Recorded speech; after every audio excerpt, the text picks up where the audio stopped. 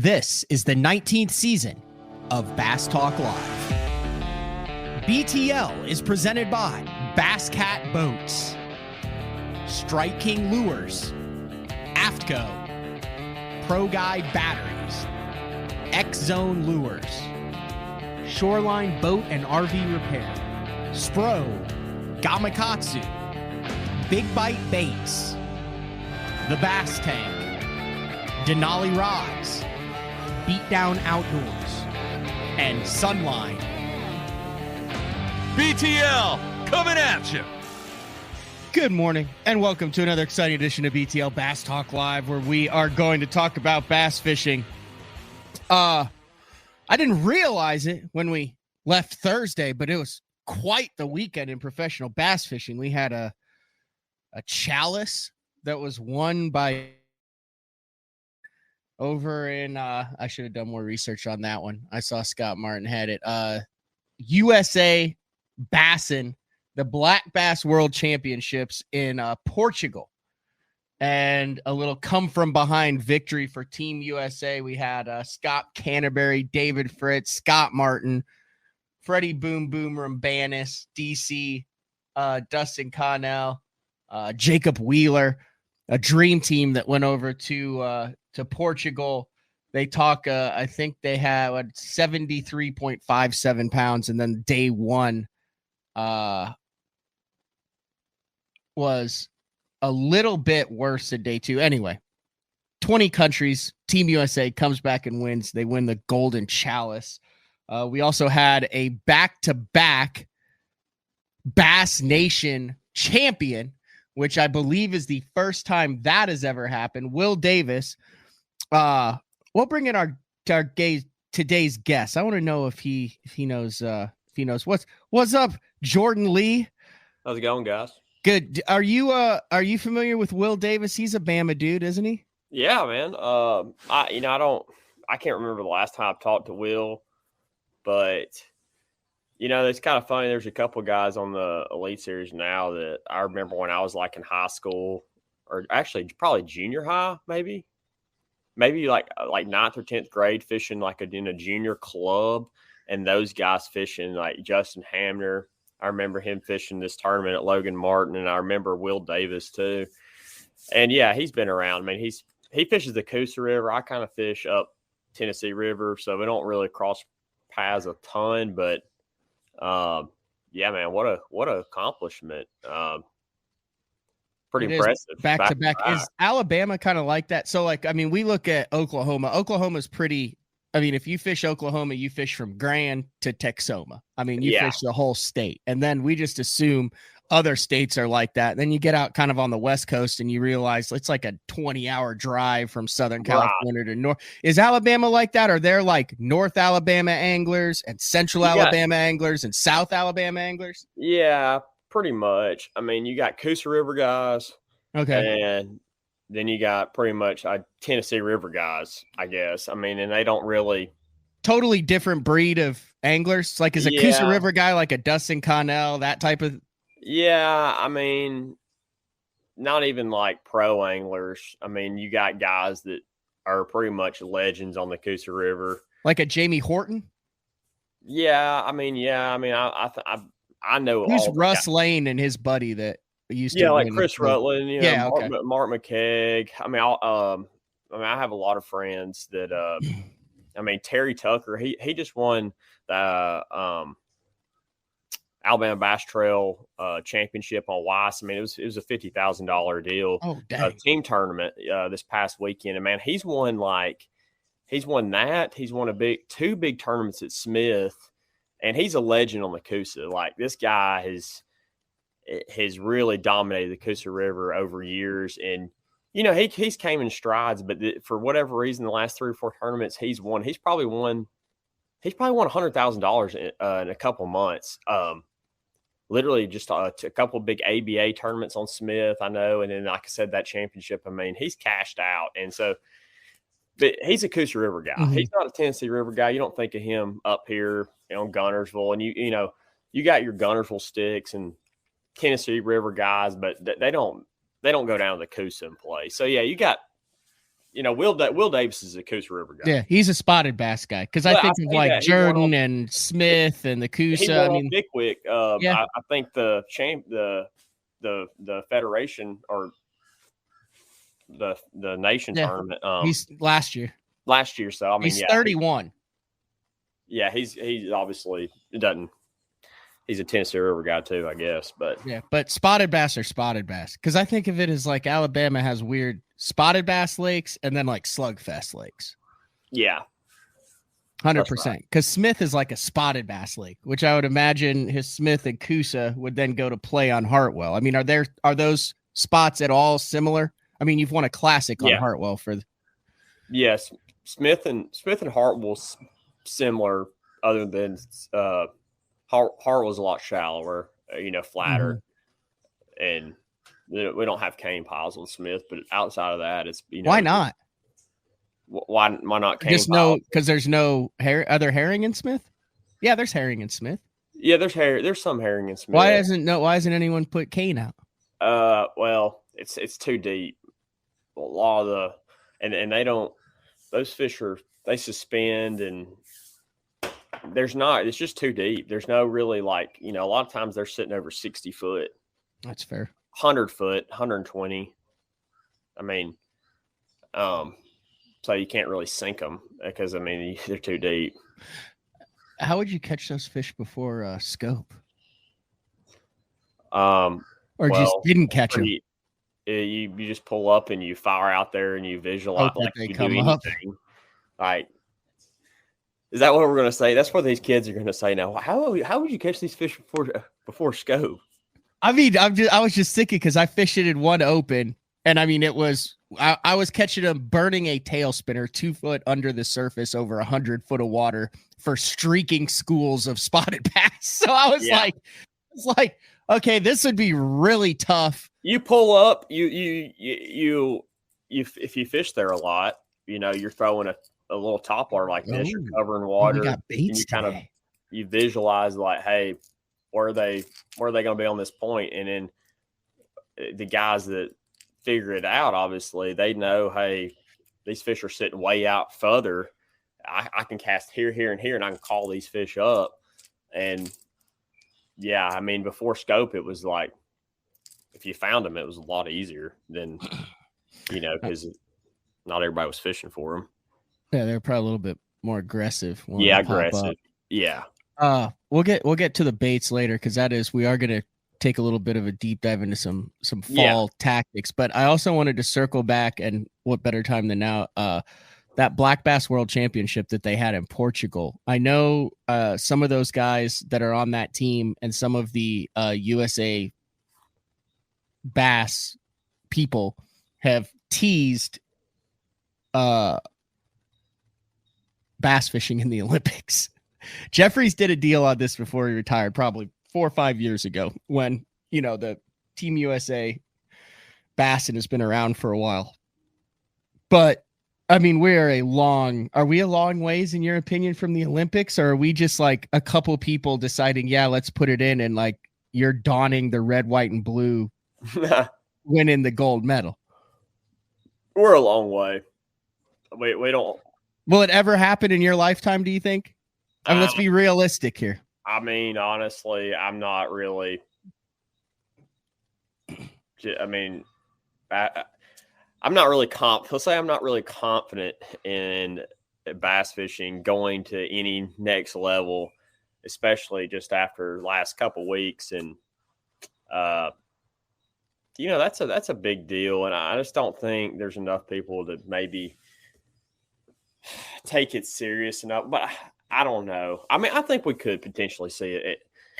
I'm not going to say it won't happen in my lifetime, because it definitely could. And then there's enough countries. I mean, there is enough countries involved. There were 20 countries involved in this. Yeah, that's a pretty good. Here's the only thing that I think might be a roadblock. PETA pretty much leaves us alone now. Yeah. And I think you put that on a international stage and you might get some potentially. Some activist group notoriety for it. So I think something like that, I could see the MLF. Really, the only thing you could take from MLF in this would be maybe the catch weight release, and then maybe having some type of Olympic officials. Yeah, and you'd have a scoreboard, so you could actually do it. Would you be able to have? I mean, maybe Johnny gives a fleet of pontoon boats or some sort of, and you could have kind of some floating spectator barges out there. Yeah. In the Olympics, because it could be, I mean, if it depending on how you did it, you could have kind of a manicured playing field. It doesn't have to be a giant lake. It could be a smaller lake. I could see him trying that for 1 year and be like, wasn't that good. It's out. That's going to end up on that list of like weird Olympic sports that used to be like pigeon throwing and stuff like that back in the day. Yeah. I'm not familiar with pigeon throwing, but but yeah, I know what you're saying. I know you're trying to what point you're trying to get across. This Spain, I think, took here. Other nations that competed were the host Portugal. I was South Africa, France, Canada, Zimbabwe, Romania, Puerto Rico, Mexico, and Serbia. Yeah, they didn't have Japan in there or China. I mean, I think about it. What we've got now, though. The USA would not be a runaway favorite in this. No, because I would venture to say I would think Japan would be the favorite. Yeah, or Canada. Yeah. I mean, I don't know. Coop, Gussie, the Johnstons. That doesn't even include the Canadian talent that hasn't made its way south of north or from south of the border. That come over here that can't speak any English and come over here and basically put a hurting on the United States guys on lakes that they know and fish all, pretty regularly. And they don't even know, they don't even know like how to get a hotel room or, how to order food or anything like that. And they're coming over here. So, and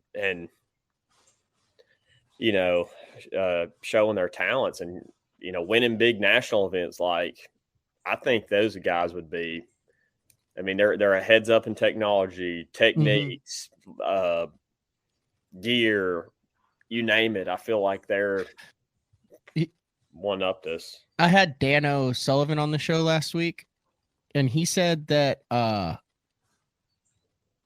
there's some Japanese units that aren't even available in the United States. Like, it's a completely different unit. I'd be interested to see if there's any truth to that, or if it was just a different face and the guts are the same. You know what I mean? Like for scope. Right. I don't know. I mean, Shin and Taco are the two kind of elder statesmen that are currently active right now. Yeah. From Japan, wouldn't you say? Yeah, I would say so. Have you gotten to know Shin really well? Nah, not really. He's always such a good attitude whenever I've been around him. Dude. He's really cool stuff. And he even does kind of the off the wall, the Neko rigging and all that. Yeah. I feel like it's just like probably just like over here in the States where we got, younger guys who are a little more hungry, talk a little bit more, spend a little more time on the water. That's kind of the same way in Japan because you got, Taku, who's probably he's a little my age, a little older, and then you got what's the other young kid's name? Koyo Fujita. Yeah. Koyo. I had it down. I had a piece of paper around here with like phonetically spelling it out. I feel like he's like a young, hungry guy from Japan who knows all the ins and outs, the new techniques. 5 transducers. Yeah. So he's really next level and hungry with it. And right now he's wherever he's at, he's playing with his boat, playing with fishing, rods, reels, whatever, dialing in his stuff for next year. And that's the difference. And you got guys that are hungry and, guys like him, I mean, he's going to be tough. And he's a newer age guy. You know, Shin, I don't feel like's doing that as much anymore. You know, he's done it for 20 plus years. So, you know, he's not maybe on the front, the forward thinking on that kind of stuff as much. You think he was sitting over there going, really, fuzzy dice? Or do you think he had that in his back pocket and just hadn't broken it out? And he was like, the young whippersnapper. No, I don't think he was in the know on any of that. I don't think he was in the know as much on the hover strolling and, you know, as much as maybe these newer guys that are like in Japan all the time and know, like, you know, that's just my thinking on it and know how deadly some of this stuff could be. When we had you on earlier and you were talking about Wheeler doing that on Guntersville earlier this year, was that the last year or two, the first time you've heard of hover strolling and like seen it that effective? Is this a deal where you're going to be like telling your kids 20 years from now, yeah, I remember back in the year 2023 when I got my ass kicked by hover strolling and now everyone's a stroller? Yeah, man. I mean, I kind of got in the early know of it too, which is frustrating. I mean, maybe I didn't know. I just didn't know the level of damage that it could do. I mean, 2 years ago, Taku was in my boat doing it and catching fish at Smith, and he was like, "Man, you need to, you know," he's like, "You need to, you know, get dialed in on this and stuff." And I don't know. I mean, I played with it here and there. I threw it in the tournament at Guntersville. I think I had the wrong size. You know, I was throwing a little bit bigger bait. Wasn't completely dialed in on the head and all that, and the weight just wasn't dialed in enough on it to, you know, to get them going on it. But it was kind of known, and it was kind of hush type deal. And, you know, Jacob obviously zoned in on it pretty quick and caught him. But I feel like it's not the last you're going to see, you know, that technique. Everyone thinks we're trolling them. So, Jordan, what's new at MLF? Quit dragging your feet. Let's talk about the elephant in the room. Kenny, seriously. All right. So we'll talk about it. So on Friday, I got an anonymous email. It was not from you, Jordan. Just to put that into let everyone know. Yeah. It was from this thing called the Angler Protection Committee. And I'll just read the press release if you haven't heard about it by now. BPT anglers respond to recent MLF Bass Pro Tour changes, Riverside, California. We have recently received a proposal outlining the plans from the MLF, which was laid out like we talked about on the show last week. There was a meeting last week. I'm going to paraphrase this, Jordan. If I get anything wrong, let me know. There was a meeting last week where MLF basically laid out their kind of vision, goals, plans for 2024 and 2025. Plenty of podcasts, news articles, if you want to go out and peruse the interwebs, easy to find on what they proposed. Fair assessment there, Jordan? Yeah, fair assessment. We are currently in the process of carefully reviewing various aspects of the proposal. The anglers passionate about the growth and success of the league agree that adjustments to the business model are necessary and are eager to work towards an agreement that assures everyone's continued prosperity. Having built their careers within the league, the majority of the anglers are original founding members who possess a genuine commitment to the continual advancement of the MLF platform. As we embark on this review process, our primary goal is to establish a stronger and more fruitful relationship with the league that can endure for years to come. The APC Anglers Protection Committee is a strategic alliance of Bass Pro Tour anglers, and then the email came from an Angler Protection Committee email. So, you are a Bass Pro Tour angler, Jordan, and as some viewers have pointed out, they would like just kind of your take on the entire last week in the world of being a BPT angler, fishing for Major League Fishing. Yeah, I mean, I'm just going to be completely honest with the viewers here. It's been pretty hard on me because, I mean, I don't look for anybody's sympathy or, we're professional anglers. It is a professional sport. We pay money to fish. And, I think at the start of MLF, there was a lot of hope that, this could be maybe something different that could have potential, let's say. We started off and with the no entry fees, which that could have been a mistake right from the get-go, but regardless, there was a lot of promise at the beginning, a lot of money getting thrown in it. I compare it to the ages of FLW when there was just money pouring in and they didn't know what to do with it all, right? Yeah. We talked about that where they decided to put battery packs and candid boom mics and underwater and had divers on the structure while you guys were giving $1 million to that. This is the craziest thing in fishing. Oh yeah, Scott Suggs. No, not to the fantasy fishing. Fantasy fishing, $1 million. Okay, so I kind of relate that era to this where there was, $300,000 red crest, $100,000 at every tournament. You had the cups that paid. You had the cup championship that I won, maybe the second year, no entry fee.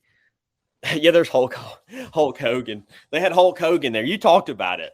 Yeah, I don't want to get. We talked about that last time. We can't get off topic. Stay on topic. The payouts were great. Okay, I won $100,000 in a world championship. Not a lot of people know about. It wasn't even live TV, and so in no entry fees. This is all no entry fees. So there is promise there. Well, the promise kind of took a hit. There was, in my opinion, there was a lot of bad decisions those first couple of years. We saw it behind the scenes. Pretty much everybody saw it. Yeah, there's a tournament I won 2020. So that was almost 4 years ago. That was a cool event. I mean, we're fishing little lakes that nobody even knows about. I don't even know the name of that lake anymore that I won it on. All right, we're working on a timeline. You got to go back to the timeline. I was just throwing that up for the. But anyways, to show that it did happen. There was a lot of promise, and I feel like the decisions that have ultimately been made at higher management, their decisions, not anything to do with the anglers, have led us to this point in Major League Fishing where basically they're having to, cut the Bass Pro Tour down to what makes financially sense for them in their business. This is on them. It's not on the anglers. And, there's a lot of anglers who, stuck their necks out and really thought that there had potential in the beginning. And it just comes down to that, and it's frustrating for a lot of guys. A lot of guys are mad about how we receive the news, how it's kind of portrayed from upper management, and the fact that, hey, it's business, and sorry you're in this position, but we don't have anything. This is what it is. It is what it is. And I've learned that in corporate America. I haven't never worked for a big company. I'm sponsored by a few, but I've never had like a corporate job. You probably haven't either. No, I haven't. It's weird. I feel like we should have for at least a year. Yeah. I've learned that it's very straightforward. There's no, hey, I'm really sorry, I've made these mistakes type deal. It's basically, this is what's going to happen. And I think some anglers are trying to get on the same page with that and say, hey, if there's anything we can do here, any way we can change anything. I don't know if there's going to be any type of negotiations or whatever, but there's a lot of anglers that are not okay with just how it was handled, more or less. There you go. I could answer one of your questions there in a Bass Fan article. MLF president and CEO Boyd Duckett told Bass Fan today that he has no comment on the formation of the APC and didn't plan to participate in negotiations with the group. There you go. He said angler issues are routinely addressed through the MLFAA, a body that is separate from the league and consists of 6 officers, 5 of whom are anglers and 8 board members. That would be the entity I'd respond to, Duckett said. The other one isn't even one that I'm aware of. Duckett says he empathizes with the anglers who will no longer have a place on the BPT after next year, but he believes that the reduction is necessary in order for the league to achieve its goal of increased online viewership by non-traditional fans. There's always been a lot more than 80 guys who want to fish the Bass Pro Tour. He goes on to say, for us to be successful, the model doesn't work with 80. We need 50. It's going to be good for professional fishing in the long run, but the downside is it's hard on those who can't make it. You can go to Bass Fan and read the rest of that article. I will say,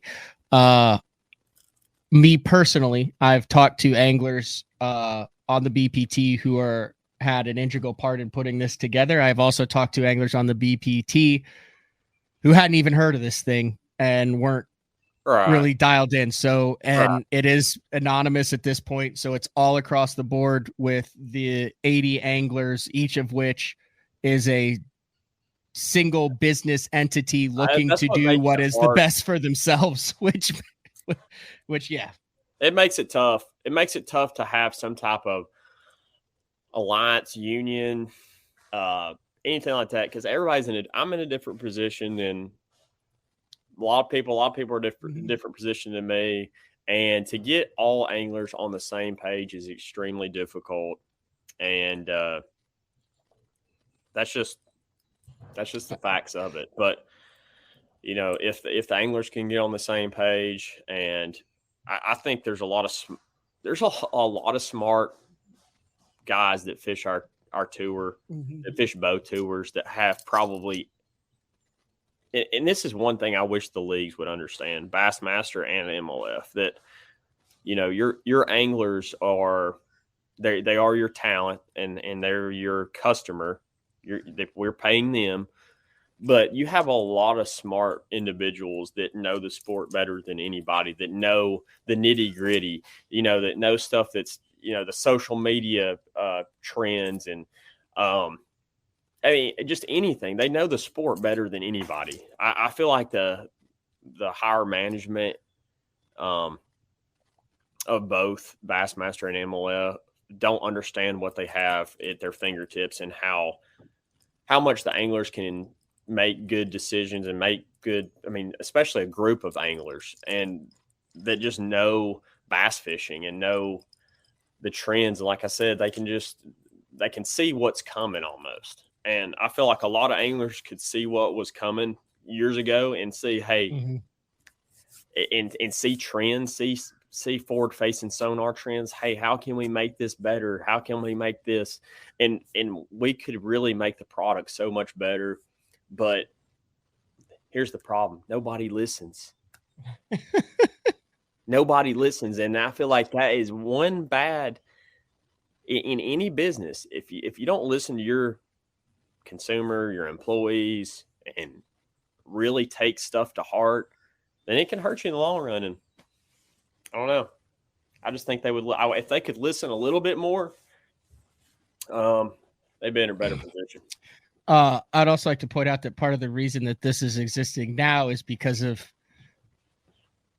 not listening throughout the history of the organizations. This is not new. This seems to be a cyclical thing that we saw most recently, which is basically the reason that the BPT exists.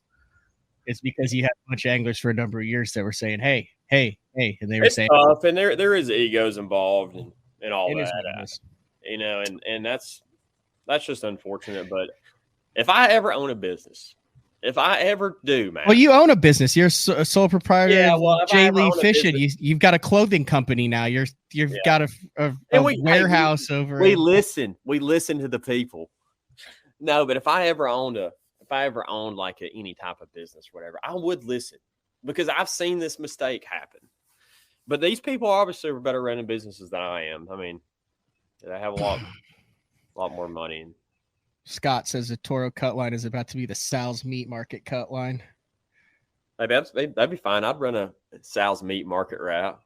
Dude, I am really I've had some brushes with meat companies, I really feel like a meat company would be ideal for the bass fishing world, a direct to consumer meat company. Like I feel like BTL or a recognized brand like Jordan Lee, like you get a Omaha Steaks, a Butcher's, one of those behind it. Like that is a win-win scenario that targets the demographic that you're trying to target, like bar none. Manly. Yeah. Cause I mean, if you can afford a new bass boat, you can afford a freeze-dried steak direct to your doorstep. I mean, you got guys who like to grill with disposable income. What more do you want in the South? You're right. That's spot on. You go to tournaments, you just get a pile of meat sent there. Yeah, absolutely. I mean, we've seen guys with Traeger deals and big green egg deals, and I don't know if anyone cracked the RecTech code yet with the bull horns, the new latest greatest. If someone could crack the RecTech code, what's Josh Bertrand? Josh Bertrand's got one. Oh, does he? Yeah, but you got to have the meat for it. Anyway, that's my. Yeah, there's a lot of companies. I mean, there's not a lot of companies, but yeah, that would be a good one. The meat. I could see meat being a player in bass fishing. All right. Well, thank you for comments. What's that? There was one there that I wanted to point out. I see him. I click comments now. Clay made a good point. He said, I would guess Jordan is well inside the top 35. Good dude for sticking his neck out for the greater good. And that is also like when everybody's an individual, it's really hard to get everybody on the same page. One of the reasons is if it's benefiting the guys who are the most influential and are making the most money. I mean, dude, like you have a small kid. A lot of the guys have small kids and families and they're growing. And if it's working for them, it's hard to say, hey, I'm willing to give up because you work your ass off to get to a certain level. And then there's also that mentality of, well, I'm here, freaking catch me.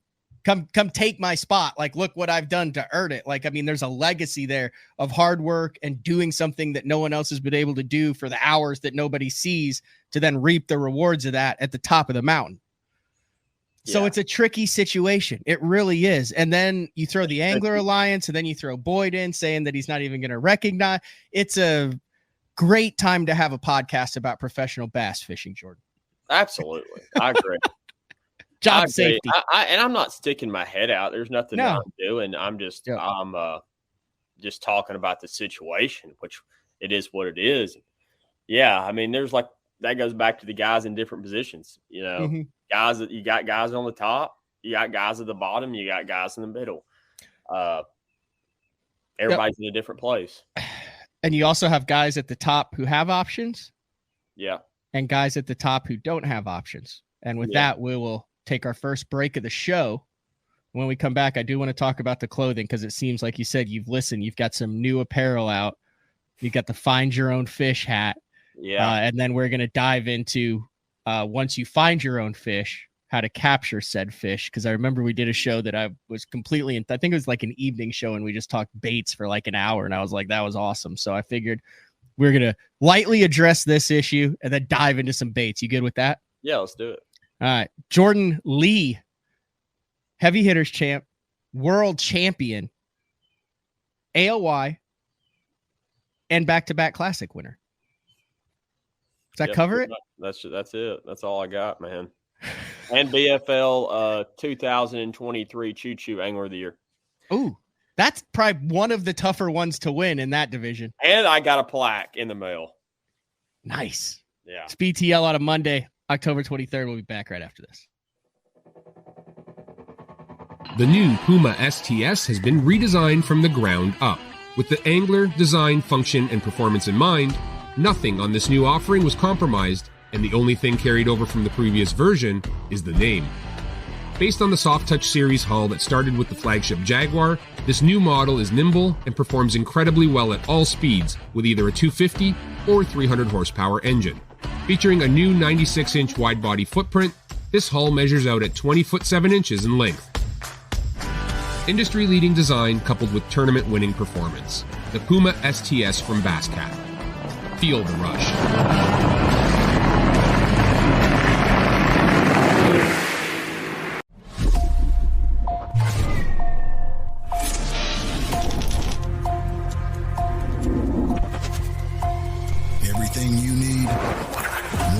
legendary brand. Top 1 on Strike King. All right, guys, if you're a construction worker, soccer dad, soccer mom, you want to be outdoors, you've seen the Reaper. This right here is the zip-up full Reaper, but it's windproof, folks, windproof. And it actually has the mast built in. It's behind me. I mean, if you can look good, feel good, and stay warm, you better check it out. It's the zip-up Reaper. That's right, windproof. Elite Series Pro Daryl Gleason here.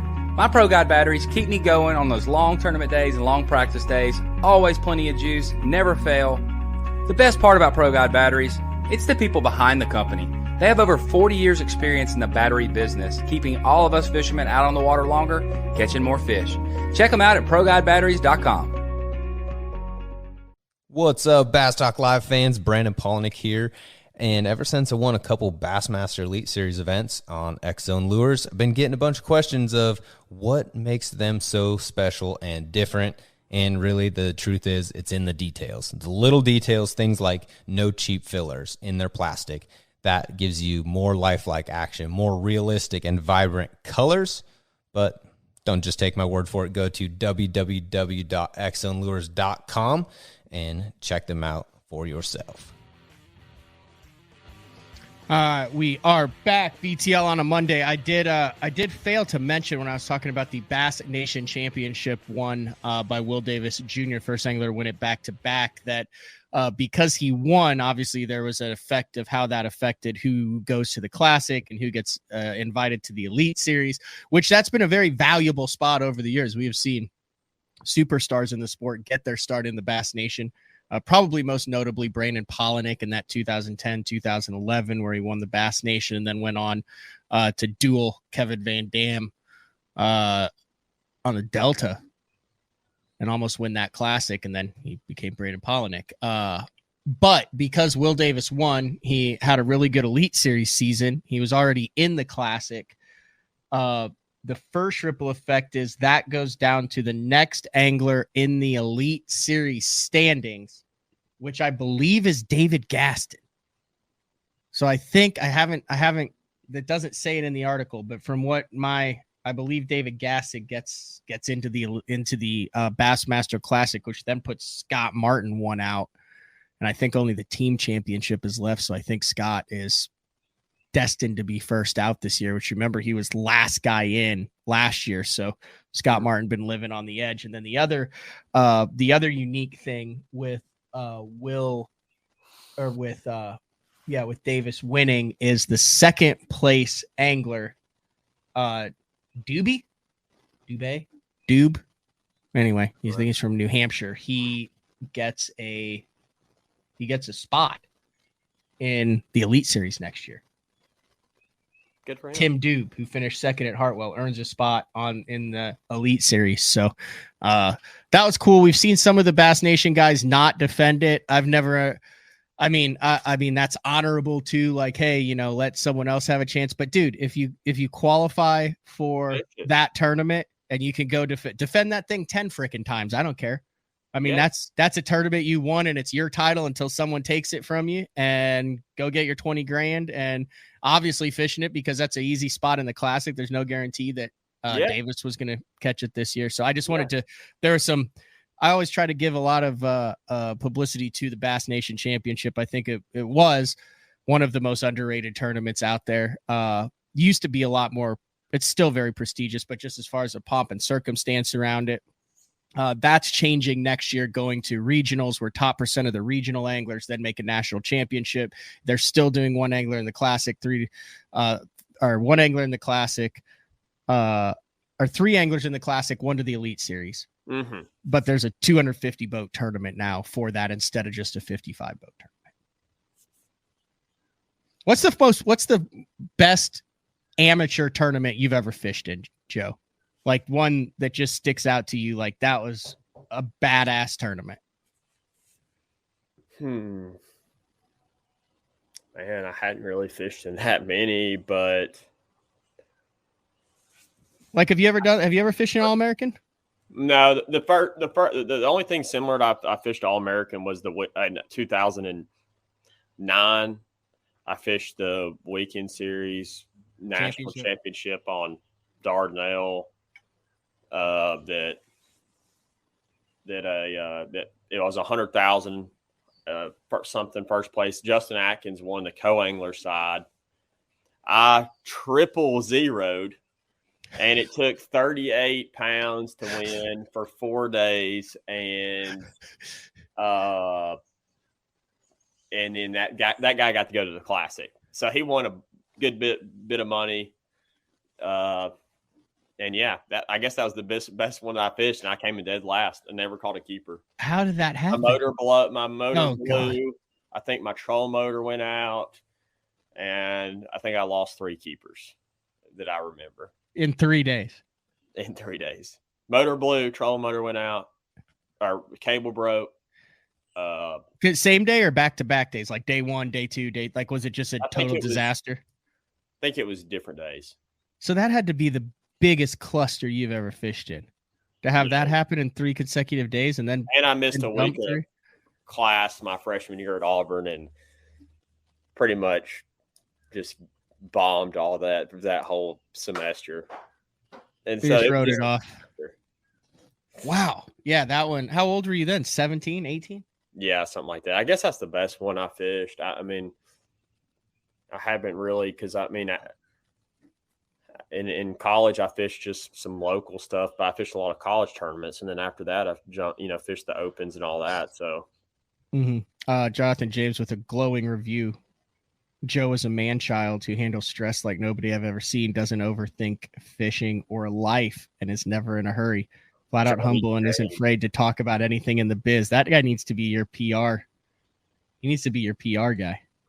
Johnny James. It's got to be the only Johnny James I know. Here's Jason. He said, "Hey, I was in that tournament. Jordan had to get Matt's boat in that tournament." Yeah. Look at that. People remember. Gosh, that's impressive. Somebody was in the tournament. That was a brutal tournament. 2009.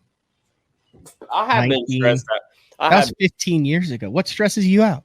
I mean, everything just going on right now. It has stressed me out. I mean, I'm not stressed right now. Talking with you about it, and maybe a little bit every day, but I mean, it is a lot to take in, and I mean, fishing's always going to change though, so you just got to get used to it, I guess. What your first year on the Elite Series was 2015. 15. So you've kind of been a little bit volatile. I mean, you just get kind of settled in, and then the MLF switch happened. So you've kind of been all over the board. I mean, you start in 15, and then boom, you got the classic, back-to-back classics. You've had a very interesting career. I guess I haven't realized that, because you haven't had just very many just normal grinded out seasons. Like, you've either been a defending champion of something rolling all over, or a league switch, or format switches. Like, you haven't just sat down and been like, yeah, that looks like a good schedule. Looking forward to this year. There's always been something that you've had to deal with to get through that year. Mostly positive. Yeah.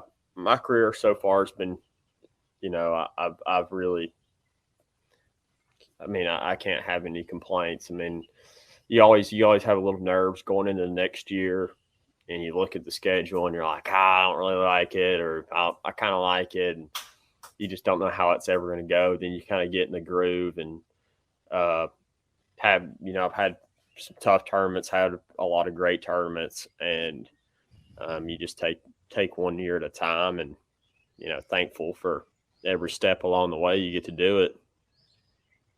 Have you been following like the Tucker Smith and Logan Parks and all that? I know Logan just made the Bassmaster Elite Series. I mean, Auburn seems to be kicking out. And then what are your thoughts also on the Opens? 22.5 is the average age of the top 5 in the Bassmaster Open EQs. Like, I mean, you were a young protege. You were one of those guys who was tabbed. You've been in the shoes of these guys literally since you've been 17 years old. Any advice? What are your thoughts on that? Is this the new norm?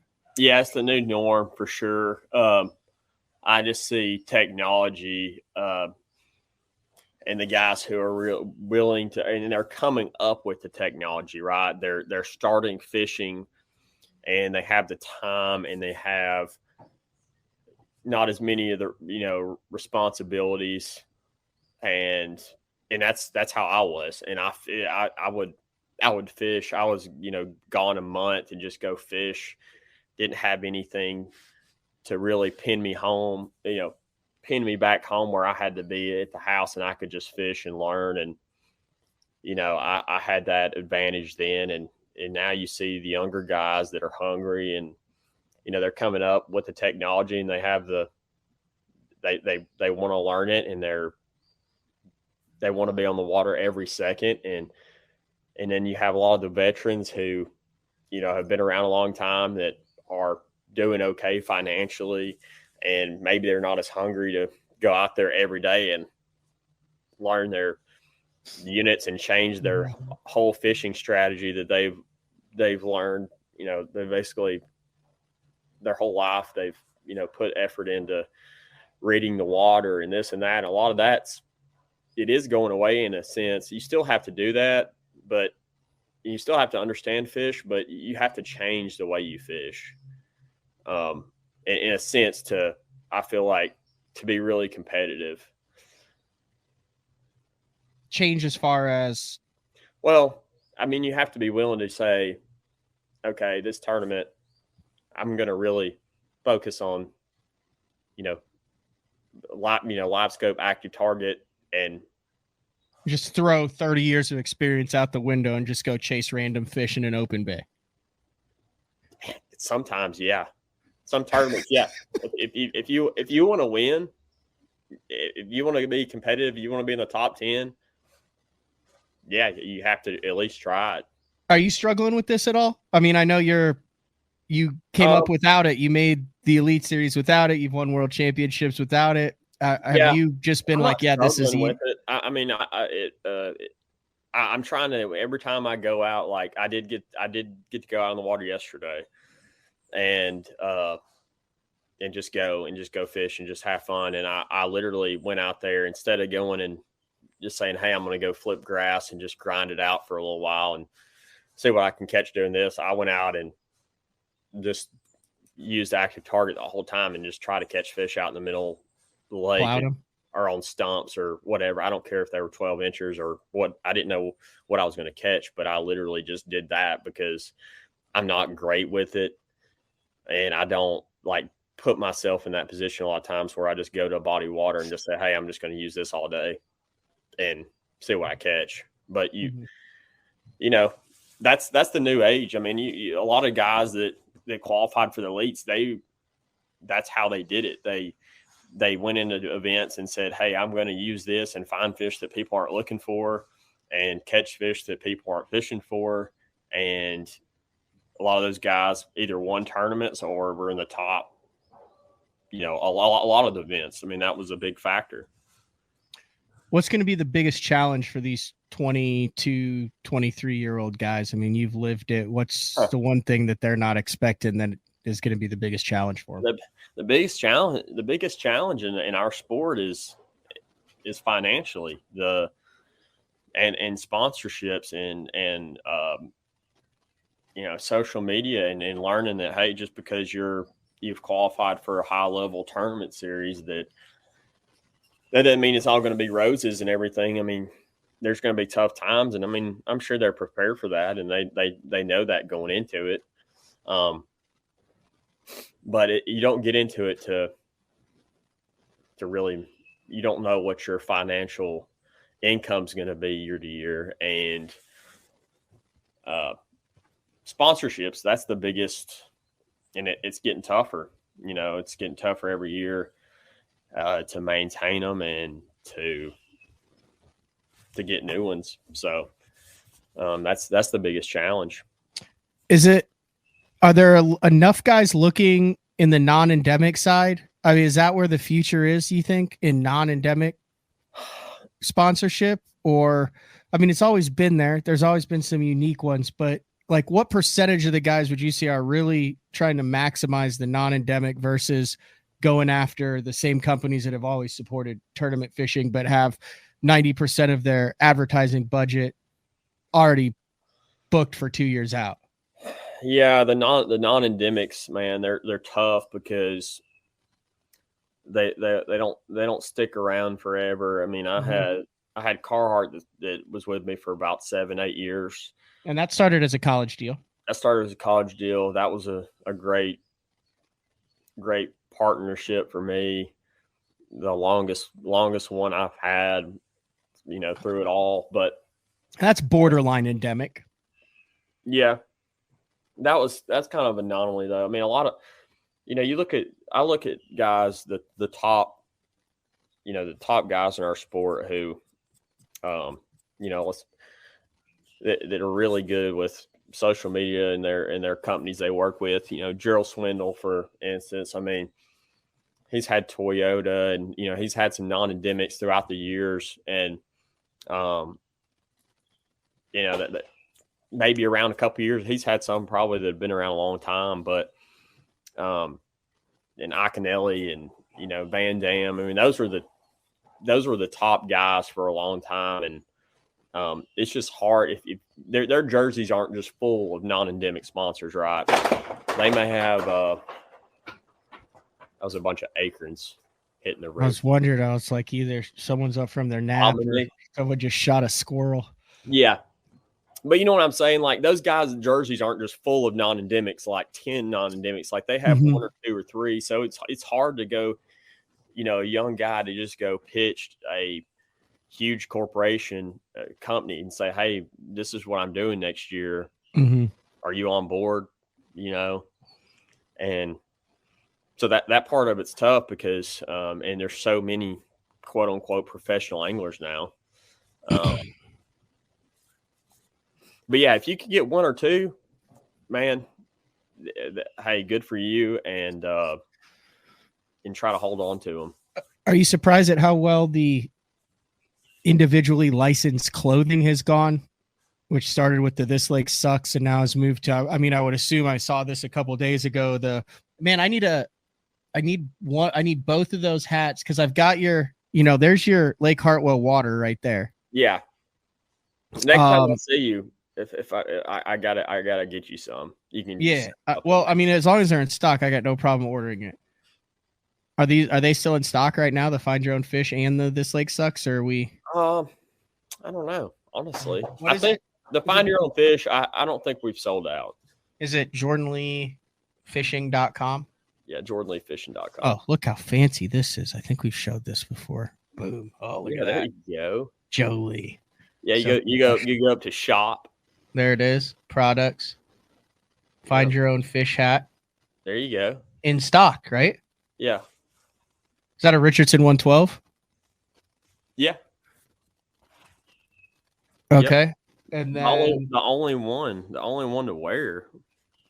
Right? Yeah, that's what all the BTL are. And then I don't see This Lake Sucks hat. Yeah, I think that This Lake Sucks hat is out right now. That you've had to have sold 10,000 of those. I don't think we've sold that many. But it's the hottest hat in fishing. I wouldn't go that far, but it was actually my wife's idea. I got to give her the credit, and she really she kind of had the idea and put it together, and even the Find Your Own Fish. I mean, that was kind of on her. She knows way more. Was that just you bitching? And she's like, well, let's just do a hat that says it. Yeah, probably. Yeah, pretty much. It was for sure that This Lake Sucks. It was, because I mean, that's what I always used to say, and I still probably do. Like every lake I went to, that's any fisherman though. You go out there, you go to like, oh, this is the best lake in the country. You go to like Lake Fork or something, and you're like, oh, this place sucks. I thought it was supposed to be good. She's like, oh, what's bad about it? Drunkwood wants one that says, my dad found these fish that you can sell to all the high school anglers. Yeah. Find dad's fish. Yeah. I like the one, just my dad found these fish. Yeah, I like that. That'd be a good one.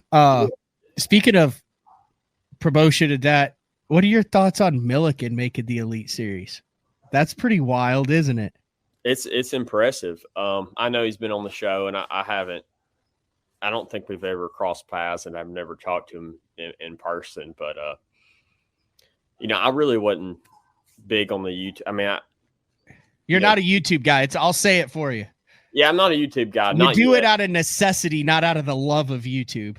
Right, and it is impressive to the time and effort that he's put into the YouTube and to build that for his personal brand, and then to just basically stick your head out. I don't know how many tournaments he's fished over the years, but 9 with bass.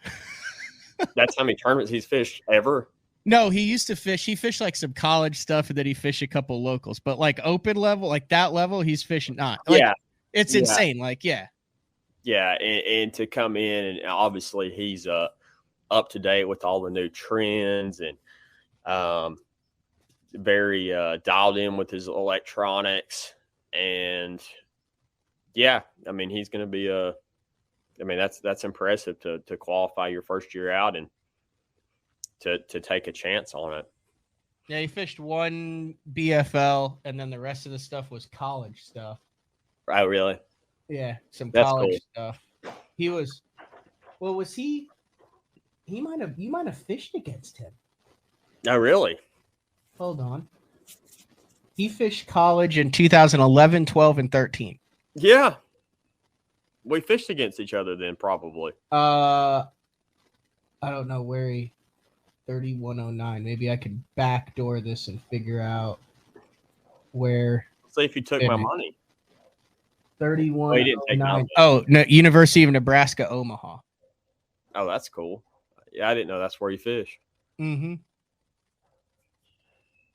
Interesting. What tournament? Did you fish a national championship or anything? Is it FLW you're looking at? FLW. Yeah, he fished the national championship, but it was in 14. Did you fish that one? Where was it at? The Abu Garcia College Fishing Championship. He top 10'd it. Oh, that was on Lake Kiowee. Yeah, I didn't fish that one. That was the one that Austin Felix won. Okay. That's cool. Because that was when we had the college bass zone.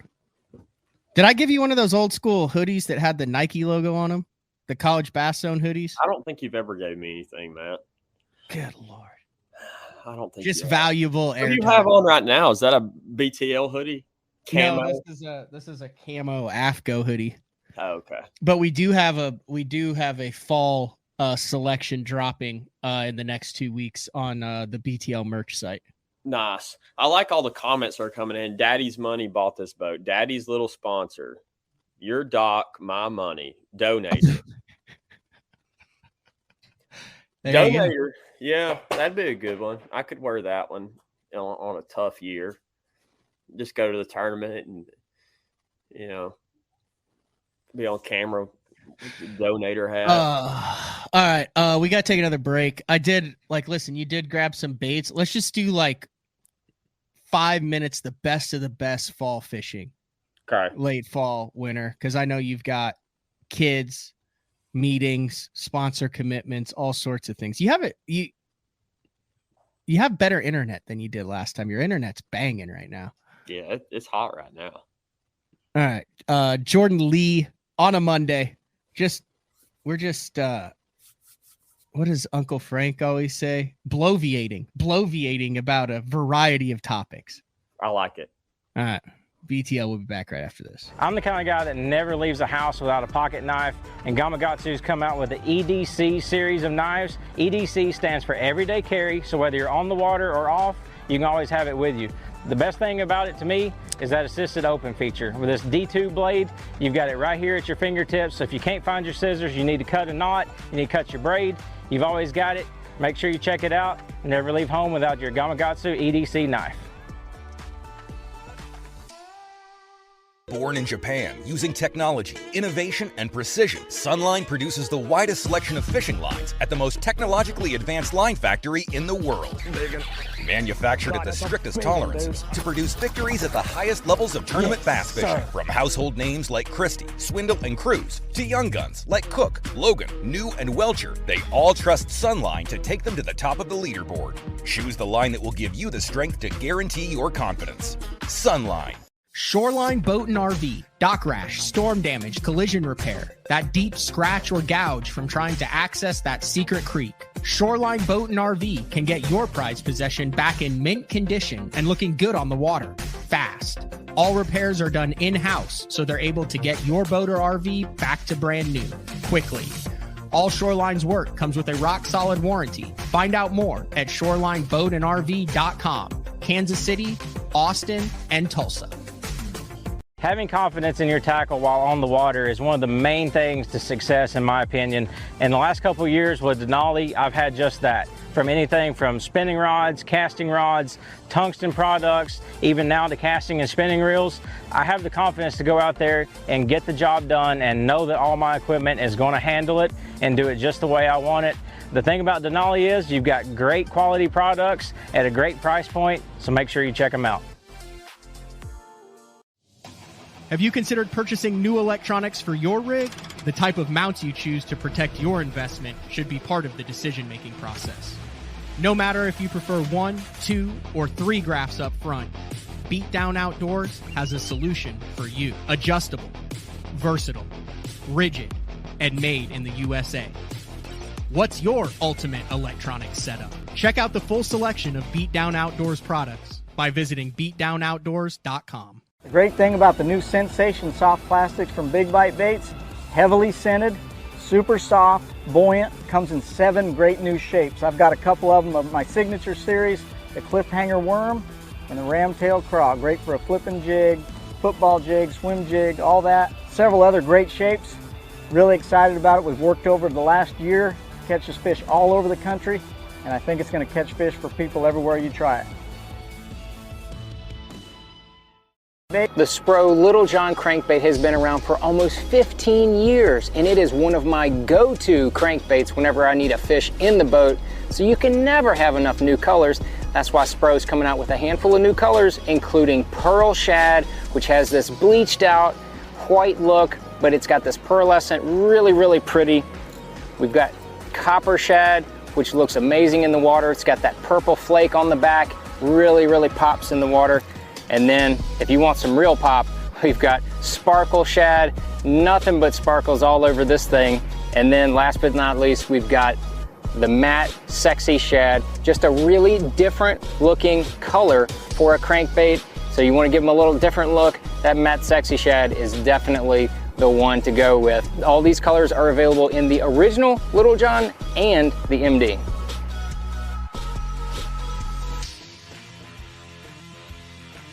We're back, BTL. I was looking up your FLW stats. This is absolutely disgusting for what you did to these kids in college. You fished 10 FLW events in college. Now, who were your team before we get into the stats? Who were your primary team partners? Partners, my brother and Shane Powell. All right. You were 10 for 10 in top 10s. You never in 10 events finished outside the top 10. And Shea Baker. And Shea. From 2010 to 2012, your national championship finishes were 3rd, 4th, and 3rd. You fished 4 tournaments in the Southeastern Conference. You won one of them and top 10'd all 4 of them. And then in the Southeastern Conference regionals, you finished 3rd, 5th, and 1st. Yeah, I had some good partners. Like what is that feeling? I mean, you can't even legally drink a beer yet, but you're going in and you know that you're about to just strum some kids.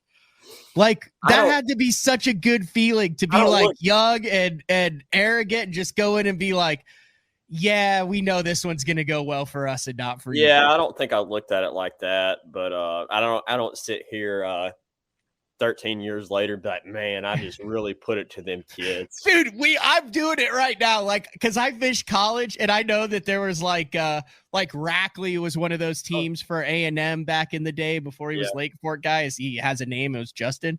Yeah. And we'd be like, dang, we got to beat A&M. Yeah. Like Rackley had a team. Arkansas Tech had a couple good teams. Yeah. But like, I remember those kids were kids just scared of you, man. Like I was covering it. We had a website, collegebasso.com. Like they were terrified of you. Well, I hate it for them, you know. I hate it for them that they were terrified of my little punk self, but like you knew you were going to beat everyone though, right? Like, I mean, you knew going into it because I didn't win every time. We did good. We were consistent, but 10 for 10 though. Yeah, that's pretty good. That's just on the FLW side. That doesn't mention that your brother won one of the years in the bracket when he beat you, and then you just went through the entire system and won it the following year. Yeah. College fishing was a good time for me. We were definitely on the upward trends of like the drop shotting, the robo worm, and the side scanning brush and stuff like that. Side scanning the schools and, you know, finding the schools offshore, you know, the deep stuff. Felt like that was kind of the offshore fishing. We were really cracking the code on that earlier than everybody else. Yeah. Finding stuff offshore and, you know, we were definitely dialed in on that. Is that becoming the 7-inch tequila sunrise Texas rigged worm of the 90s, the morning dawn drop shot in 2023? I'm not sure what you're asking, but like it's the standard. That's what like everybody's just got on now. Like everyone has it. Like in the 90s, everyone would have a 7-inch power worm. Yeah. Everyone has it now. It's not. You know, something like that is not as deadly anymore as it once was. But it's always going to catch fish, you know, a drop shot with a worm like that. But I don't think it's the standard anymore. You're not seeing every tournament like a drop shot being a player. Obviously, I haven't exploited it, but I'm very consistent when it comes to catching 5. And like I've said, there has to be a middle to a bottom half of the pack for there to be a top half of the pack, Jordan. So I'm doing my part in that. I will say this though. You're very consistent on getting a limit. I've seen your stats. A long time ago. It would have been 2016. We had a regional on Gunnersville. Mm-hmm. And I called you up and you literally talked to me for like 3 minutes. And you said, dude, throw pink robo worm on a drop shot. And I was like, really? On Gunnersville? Like I just bought some swim baits, and that was when that giant bass tricks was hot. And I was like, I don't want to. You're like, no, dude, you need to. And this was 8-9 years ago. Yeah. And I did. And dude, it's been in my arsenal ever since. You are so on the cutting edge, forefront of that. Like one of the first guys to be doing that. Well, I kind of got it from Justin and Cody. They were always like, when I was coming up in college and even like starting out, you know, Cody Meyer, he's always been on like the front. He was on the front edge of all the finesse stuff. Okay. You know, the Neko rig, the drop shot, all the light line finesse, little swim baits. Cody, like, in the FLW days, just spanked everybody. I mean, doing all the finessey stuff. So, and I kind of got, I kind of got on that pretty early from those guys, and they kind of helped me out with that. I didn't figure it out on my own, but I was definitely, and Tom Frank too. He was, you know, my roommate in college, and he was like best friends with Aaron, so he was always on the forefront of all that stuff. And, you know, he traveled with Aaron a lot. So I was around people that knew a lot more than I did. Speaking of West Coast finesse, Brett Hite did post an update after his high-speed run-in with a bird. That was some scary stuff. And it looks like he's going to keep an eye. It looks like everything is eventually going to be okay. But for a while there, that was some really scary stuff with Brett Hite hitting some sort of water bird at the U.S. Open, and I guess he had like some shards of glass in his eye, couldn't see out of it. Did you see his update? I mean, he looks like he just went 3 rounds with Tyson. So bad. I feel You so ever hit bad. a bird like that? I've hit them with my boat, coots and stuff on Gunner. Where they just pop up and boom. Yeah, you just run through a giant pack of coots. Don't say that, Randy Blockett picketing outside your house if you admit to that. Yeah. Well, I'm that guy, Randy. Sorry. But I think he said it was a pelican, a brown pelican. He must have hit something big. It was a big bird. I remember Bill Lowen in 2009 took a coot straight to the forehead. But it didn't do, Overstreet got the pictures of the coot, like the oh crap moment for the coot, and then the coot plume flying in over the head. Dude, holy cow, we're an hour and 12 minutes in. What do you got next to you? Anything? One thing that you're most excited about for the fall? Is there anything that's new, or is everything scope related? Like, is there any cast and crank stuff or look at stuff, or is everything scope related now? Well, a lot of stuff scope related now, but I do like first week in November, or I like November, early November, usually punching on Gunnersville. There's always like a week window there where you can get a ton of bites. That I look forward to that. Always, and I think I'm fishing a tournament with my wife this weekend on Smith, which we've only fished like one other tournament together, so I'm actually looking forward to that. It'll be a lot of fun. So is she the type who's like, if it's not going well, is going to like be on your case? Like, I don't know. I don't know how she's going to be. Like I said, we fished together, but we've only fished the one tournament we fished together, we won. It was a night tournament, and she caught 3 of them, giants. She caught 3 giants. Did she get pumped, or was she like, oh, that's nice? No, she was pumped. Okay, so she'll be the type to where at noon, if it's not going well, because I've experienced this before, at noon, if it's not going well, you're getting the what the hells. And then they start throwing their suggestions I just don't think she's going to be prepared or like as much as we're going to have to run around. I think she's a run and gun deal, huh? Yeah, Smith Lake. We're going to fish Smith. Oh, wow, yeah. Yeah, we're going to run around a lot, so she's going to be pretty mad at me for that. Hair and a ponytail. Yeah. With a hat. Is it Fish Talk Open? Yeah, that's what it is. What is that? Is that where you do like the TikTok stuff? Well, my buddy Slick Johnson, some of these guys probably know from TikTok, is putting on a tournament. It's called the Fish Talk Open. Yeah. Okay. What else you got, man? We covered a bunch of stuff. We went more in depth than we should have in some stuff, and not as in depth in other stuff. I do have a few baits before I go, a few little tips. Fall fishing though, like seriously, now I think there's 2 ways to look at it, right? You can on a lot of lakes you can fish the bank, you can cover water, bank related, visible targets. You got drawdowns, you got a little top water bite. You can do that and say, hey, I'm not going to scope it all. Mm-hmm. And there's a couple baits I like to just go down the bank with, and just where you don't. There's those acorns again. The Chapo. This is the 90 Chapo. I've thrown this one a decent bit. You can see. Holy cow! You cut that right off of the actual game day rod. Well, this a lot of times in my baits, I just cut. I don't ever cut at the knot. I just cut right above it for whatever reason. So like my box will be filled with baits that just have a little tag in a line on it. Yeah. But obviously, the Chapo's a great bait. The 90 size.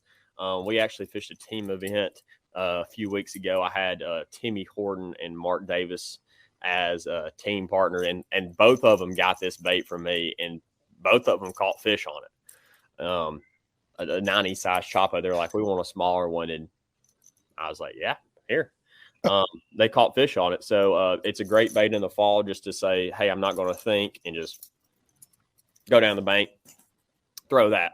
Also, fall is like a time of year that I just like to downsize too. It's the only time of year that I'm like, I'm going to throw smaller baits. That's because the shad are a little bit smaller. So like a buzz bait, typically you see guys with a big, horny toad or something on the back of a buzz bait and clack. And this is a homemade little small buzz bait, like a 1/8 quarter ounce. It's got a small blade on it.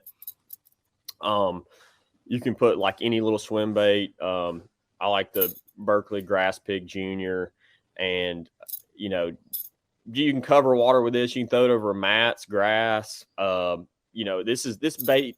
I've thrown a lot on Guntersville too. This little buzz bait, and if you got grass around, this comes through it really, really well. Just because how small it is. Homemade, right? Yeah, on the buzz bait. Yeah, I got it. Not available. Well, I got this one from I think Michael's Tackle Shop. Michael Neal, yeah. Real deal tackle. Is that what it is on the shores of Lake Chickamauga? Yeah. Yep. It's hard to find like a really small, good buzz bait with a good hook. They had them over there. But you can put a little swim bait on it. I like a smaller buzz bait. And top water, and one other top water bait that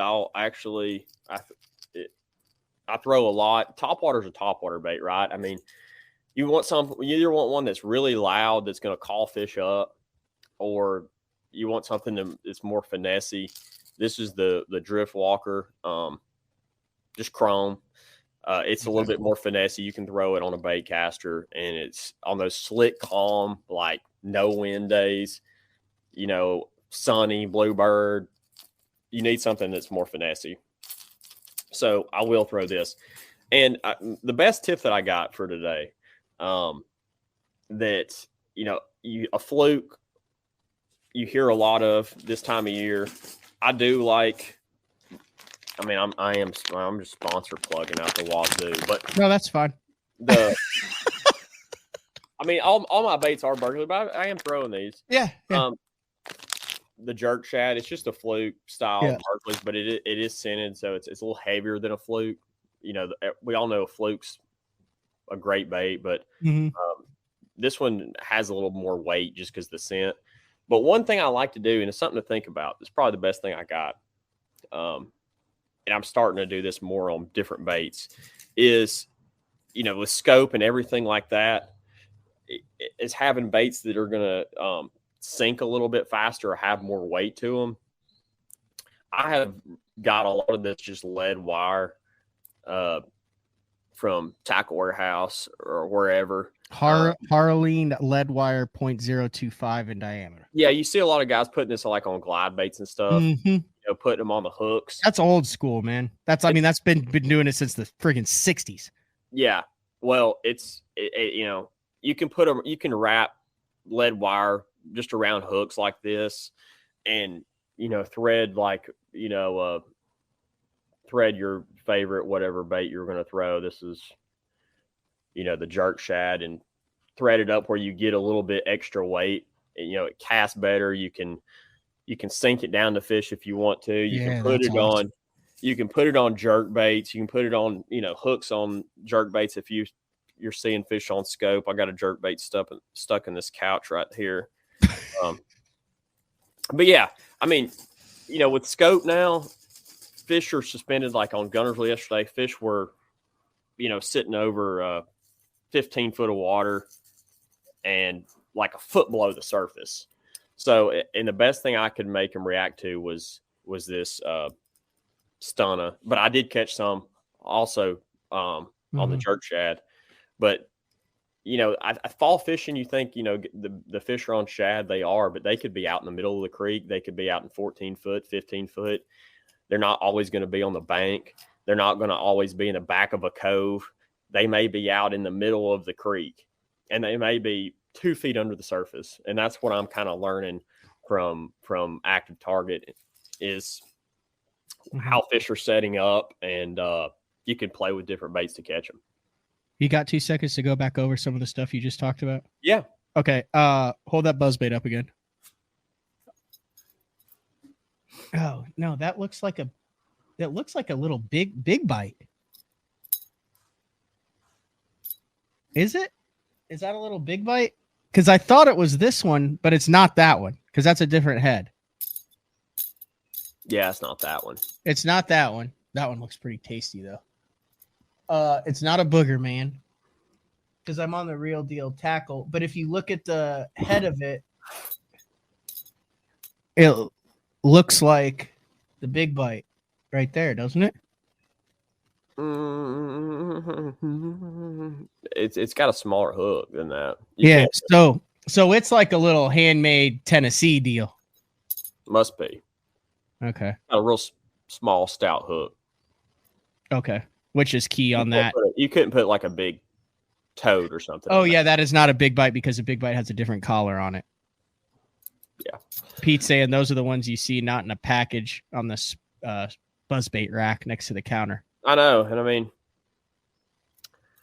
yeah, I like the little smaller buzzbait for sure. Mm-hmm. Smaller baits. It's the time of year that I like to downsize.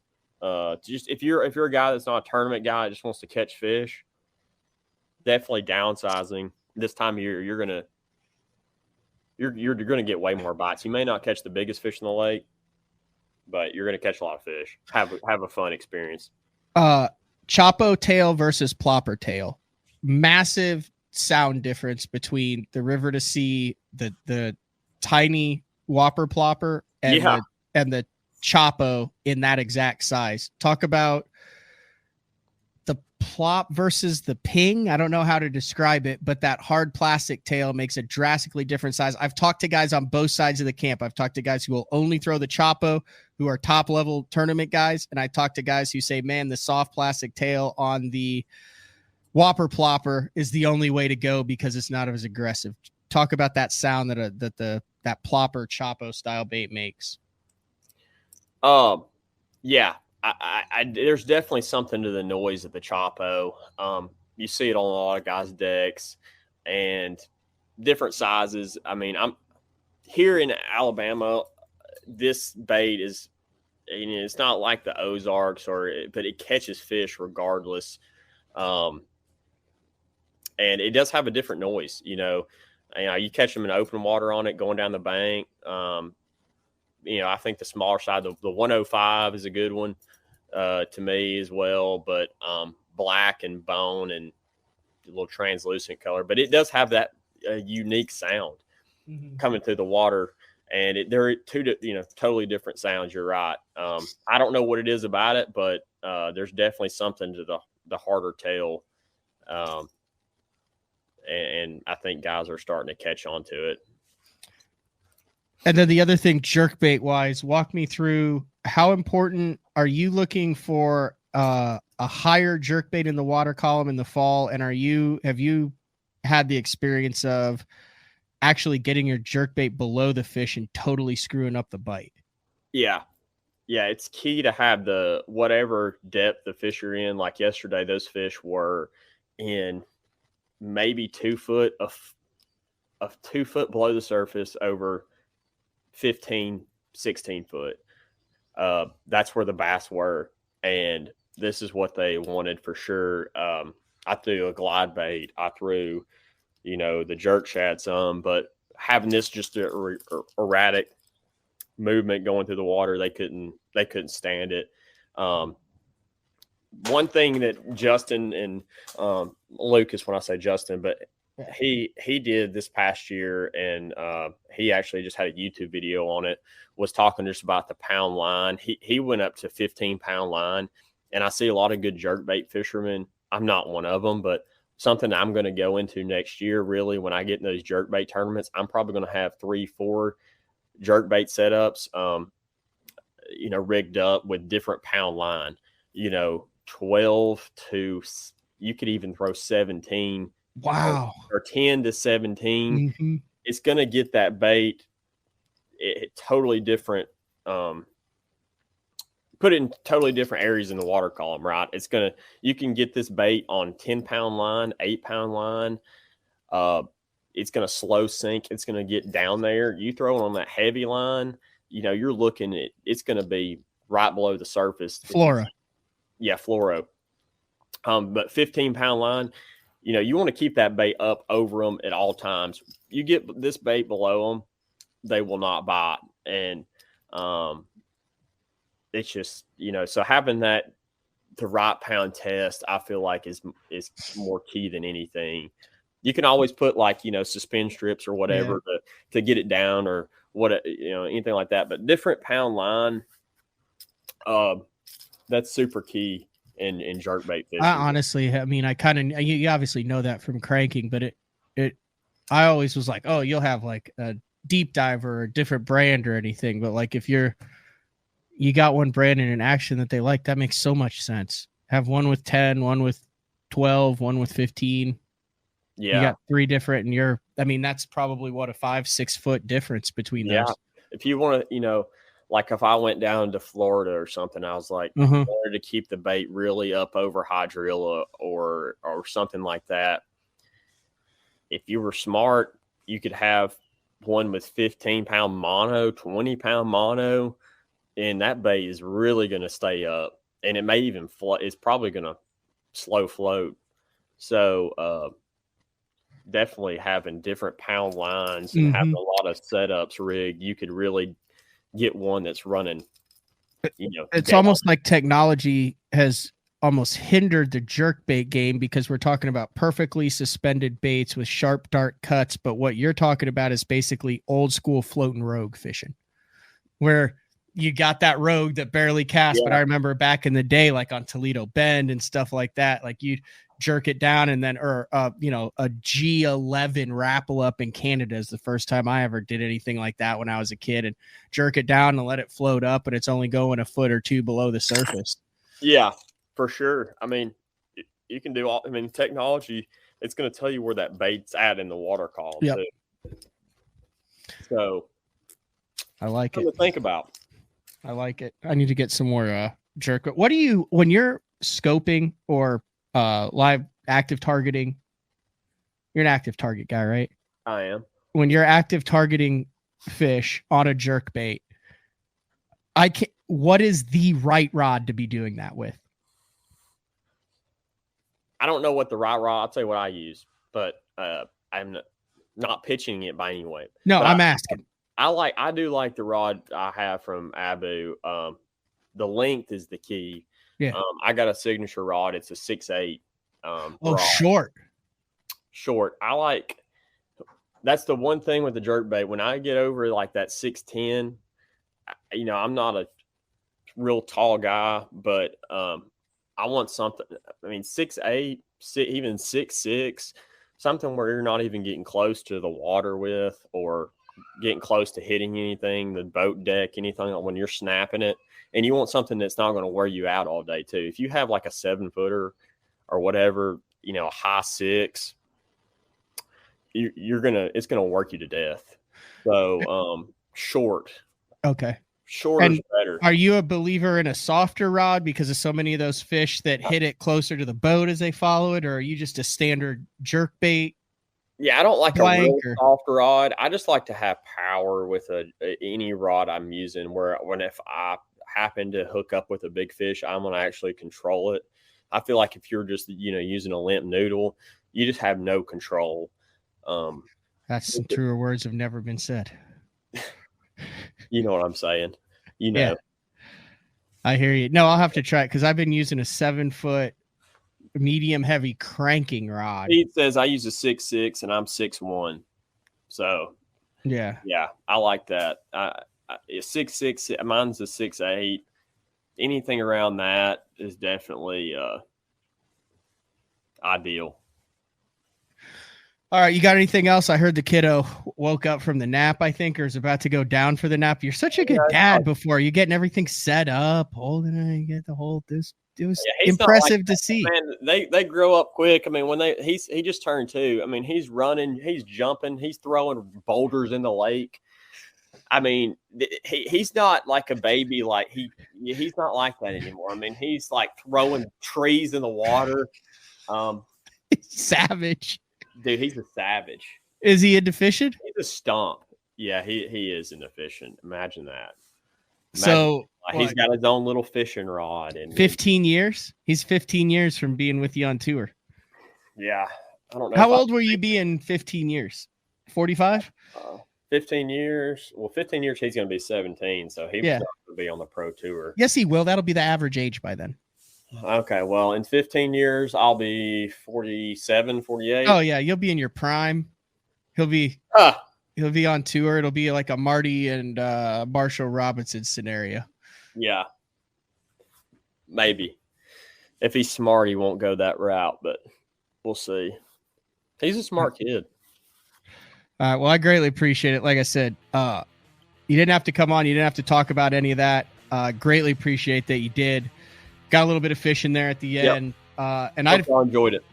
I didn't realize there was so much to talk about in the industry, but like I said, we got through an hour of that stuff and hadn't even gotten to the tips and tricks. But I think it's applicable because, dude, you've experienced like all sorts of different unique scenarios in this sport. It's actually really incredible in the 12 to 13 years that people have known who Jordan Lee is. I mean, you've accomplished and experienced and been a part of so much to be so young still. So, I mean, every time a new topic came up, it was like, oh, well, you're a great guy to talk about this. So, and you're being recognized by your peers as well.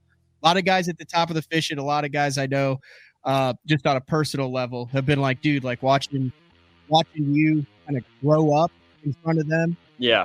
The guy is like, oh, cool, a Bassmaster Classic, to like what you're doing with sponsors and getting involved with the business side. And the guys are really, there's a lot of guys that really root for you and are very, you have a lot of respect. I appreciate that. Yeah. That's something I never take that for granted. So I appreciate that. That means more than anything, supporters and just by your peers. Yep. All right. Thanks, Jordan. Appreciate it. Appreciate the viewers. Thank y'all. All right. See ya.